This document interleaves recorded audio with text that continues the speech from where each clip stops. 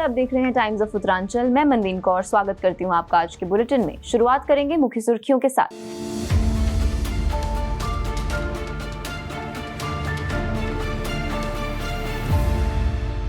America ने Ukraine और रूस से की बैक टू बैक मीटिंग। 48 घंटे के बाद भी पाकिस्तान सरकार ने मेहरंग बलोच को नहीं किया रिहा। कर्नाटक में आरक्षण मुद्दे पर लोकसभा राज्यसभा में हंगामा, भाजपा ने कांग्रेस से मांगी सफाई। महाराष्ट्र हिंसा पर विपक्ष ने सरकार से पूछे तीखे सवाल। उत्तरांचल विश्वविद्यालय की फार्मास्यूटिकल साइंस ने किया ट्यूबरकुलोसिस विषय पर नुक्कड़ नाटक का आयोजन। अब खबरें विस्तार से।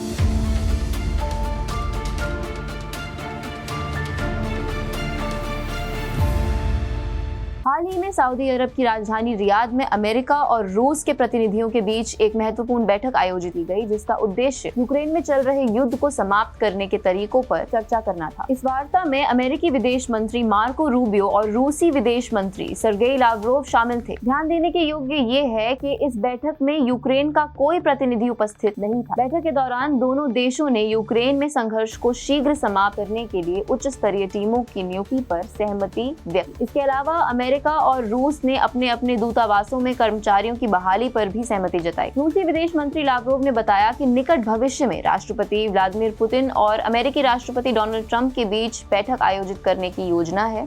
हालांकि यूक्रेन के राष्ट्रपति व्लादिमीर ज़ेलेंस्की ने स्पष्ट किया है कि बिना यूक्रेन की भागीदारी के हुई किसी भी वार्ता के परिणामों को वे स्वीकार नहीं करेंगे। यूरोपीय नेताओं ने भी इस प्रकार की बैठकों में उन्हें शामिल न किए जाने पर असंतोष व्यक्त किया है। पाकिस्तान के बलूचिस्तान प्रांत में मानवाधिकार कार्यकर्ता और बलूच यकजहती समिति यानी BYC की नेता मेहरंग बलूच को 22 मार्च 2025 को क्वेटा में शांतिपूर्ण प्रदर्शन के दौरान गिरफ्तार कर लिया गया। ये प्रदर्शन बलूच समुदाय के खिलाफ हो रहे अत्याचारों और जबरन गायब किए जाने के विरोध में आयोजित किया गया था। प्रदर्शन के दौरान पुलिस ने लाठीचार्ज, आंसू गैस और फायरिंग का इस्तेमाल किया, जिसमें 3 युवकों की मौत हो गई और कई अन्य घायल हो गए। मारे गए लोगों के शवों को भी पुलिस ने अपने कब्जे में ले लिया है। वर्तमान में मेहरंग बलूच की गिरफ्तारी और बलूचिस्तान में जारी दमन के खिलाफ अंतर्राष्ट्रीय स्तर पर चिंता व्यक्त की जा रही है। संयुक्त राष्ट्र मानवाधिकार परिषद में भी बलूचिस्तान में मानवाधिकार हनन का मुद्दा उठाया गया है। बलूच समुदाय और मानवाधिकार संगठनों ने मेहरंग बलूच और अन्य गिरफ्तार कार्यकर्ताओं की तुरंत रिहाई की मांग की है। कर्नाटक में मुस्लिम समुदाय को सरकारी ठेकों में 4% आरक्षण देने के मुद्दे पर संसद के दोनों सदनों लोकसभा और राज्यसभा में हंगामा हुआ। भाजपा ने कांग्रेस पर संविधान के सिद्धांतों का उल्लंघन करने का आरोप लगाते हुए स्पष्टीकरण की मांग की। संसदीय कार्य मंत्री किरेन रिजिजू ने राज्यसभा में ये मुद्दा उठाया, जिसमें उन्होंने कहा कि कांग्रेस के वरिष्ठ नेताओं ने संविधान में संशोधन की बात कही है, जो चिंताजनक है। भाजपा अध्यक्ष JP नड्डा ने भी कांग्रेस पर संविधान की धज्जियां उड़ाने का आरोप लगाया, ये बताते हुए कि बाबा साहेब अम्बेडकर ने स्पष्ट किया था कि धर्म के आधार पर आरक्षण नहीं होगा। इस मुद्दे पर संसद में जारी हंगामे के कारण कार्यवाही को स्थगित करना पड़ा और पक्ष विपक्ष के बीच तीखी बहस देखी गई। भाजपा ने कांग्रेस से इस विषय पर स्पष्ट रुख की मांग की है, जबकि कांग्रेस ने भाजपा पर भारत को विभाजित करने का आरोप लगाया है। कांग्रेस नेता विजय वडेट्टीवार ने महाराष्ट्र हिंसा को सरकार द्वारा प्रायोजित बताया है। उन्होंने भाजपा नेता T राजा सिंह पर महाराष्ट्र में प्रतिबंध लगाने की मांग की है। दूसरी तरफ शिवसेना सांसद प्रियंका चतुर्वेदी ने इस घटना को पूर्व नियोजित साजिश का हिस्सा बताया है। उन्होंने आरोप लगाया है कि राज्य सरकार में शामिल कुछ मंत्री किसानों और महिलाओं पर हो रहे अत्याचार जैसे महत्वपूर्ण मुद्दों से जनता का ध्यान भटकाने के लिए भड़काऊ बयानबाजी कर रहे हैं। एनसीपी नेता और महाराष्ट्र के पूर्व गृह मंत्री अनिल देशमुख ने नागपुर की इस घटना को दुर्भाग्यपूर्ण करार दिया है। उन्होंने सरकार से अपील की है कि वे ऐसे मंत्रियों पर रोक लगाएं जो भड़काऊ बयान देकर समाज में धार्मिक भावनाओं को भड़काने का काम कर रहे हैं। वर्तमान में नागपुर में स्थिति नियंत्रण में है, लेकिन राजनीतिक दलों के बीच आरोप प्रत्यारोप का दौर जारी है। बिहार में शराबबंदी कानून को लेकर केंद्रीय मंत्री और भाजपा नेता RK सिंह के बयान ने राजनीतिक हलचल मचा दी है।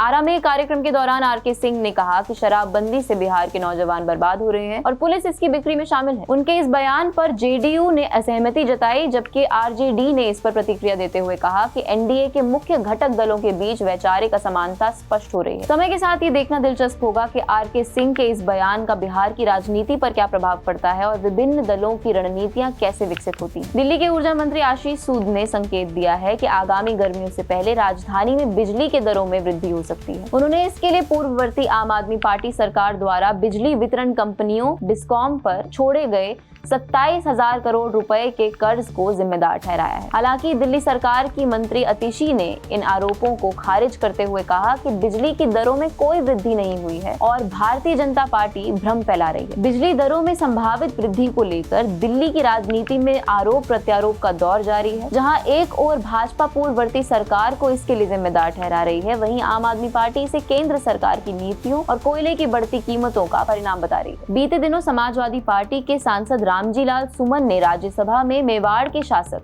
राणा सांगा को गद्दार कहा था, जिससे राजनीतिक विवाद तेज हो गया। सुमन ने कहा कि यदि मुसलमानों को बाबर का वंशज कहा जाता है तो हिंदुओं को राणा सांगा का वंशज माना जाना चाहिए, जिन्होंने बाबर को भारत आने के लिए आमंत्रित किया था। समाजवादी पार्टी के अध्यक्ष अखिलेश यादव ने सुमन के इस बयान का समर्थन किया था, जबकि भारतीय जनता पार्टी यानी भाजपा ने इसे हिंदू समाज का अपमान बताते हुए कड़ी आलोचना की। भाजपा IT सेल प्रमुख अमित मालवीय ने अखिलेश यादव पर तुष्टीकरण की राजनीति करने का आरोप लगाया। अब आगे देखना दिलचस्प होगा कि आने वाले समय में इस बयान पर समाजवादी पार्टी क्या सफाई देती है। उत्तराखंड सरकार ने राज्य में अवैध रूप से संचालित मदरसों की जांच के लिए कदम उठाए हैं। मुख्यमंत्री पुष्कर सिंह धामी के निर्देशानुसार इन मदरसों की पंजीकरण की स्थिति, फंडिंग के स्रोत और बाहरी राज्यों से आए छात्रों की उपस्थिति की विस्तृत जांच की जाएगी। जिलाधिकारी की अध्यक्षता में जिला स्तरीय समितियों का गठन किया गया है, जिसमें वरिष्ठ पुलिस अधिकारी भी शामिल हैं। इन समितियों को 1 महीने के भीतर अपनी रिपोर्ट प्रस्तुत करने के निर्देश दिए गए हैं। मुख्यमंत्री धामी ने कहा कि प्रदेश में सभी संस्थानों की पारदर्शिता और ईमानदारी सुनिश्चित करना आवश्यक है। अगली खबर उत्तरांचल विश्वविद्यालय से है, जहां फार्मास्यूटिकल साइंसेज के विद्यार्थियों ने ट्यूबरक्लोसिस यानी टीबी पर जागरूकता के उद्देश्य से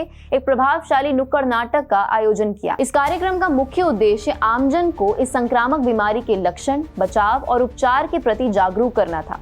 कार्यक्रम के दौरान विद्यार्थियों ने दिखाया कि टीबी कैसे फैलती है, इसके शुरुआती लक्षण क्या होते हैं और समय पर इलाज न कराने पर इसके क्या दुष्परिणाम हो सकते हैं। UICS डायरेक्टर प्रोफेसर डॉक्टर विकास जखमोला ने इस कार्यक्रम में आयोजन समिति के सदस्यों को उनकी कड़ी मेहनत के लिए आभार व्यक्त करते हुए कार्यक्रम का समापन किया और छात्रों को उनके उत्साही सहभागिता के लिए धन्यवाद दिया। इसके साथ ही UIPS के विद्यार्थियों ने बडोवाला में नई सुबह drug de addiction and rehabilitation centre जाकर नशा मुक्ति जागरूकता कार्यक्रम आयोजित किया, जिसमें बताया गया कि नशे की लत से कैसे बाहर निकले।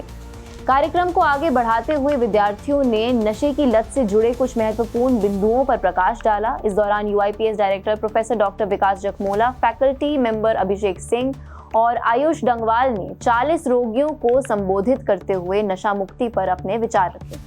कार्यक्रम का एक महत्वपूर्ण क्षण वह था जब सभी को एक प्रतिज्ञा दिलाई गई, जिसमें उन्होंने जीवन में नशे से मुक्त रहने की शपथ ली। खबरों के अंत में बताते हुए चले कि उत्तरांचल यूनिवर्सिटी 11 अप्रैल को IT उत्सव 3.0 का आयोजन कर रहा है, जिसमें प्रतिभागियों को अपनी प्रतिभा दिखाने का मौका दिया जाएगा।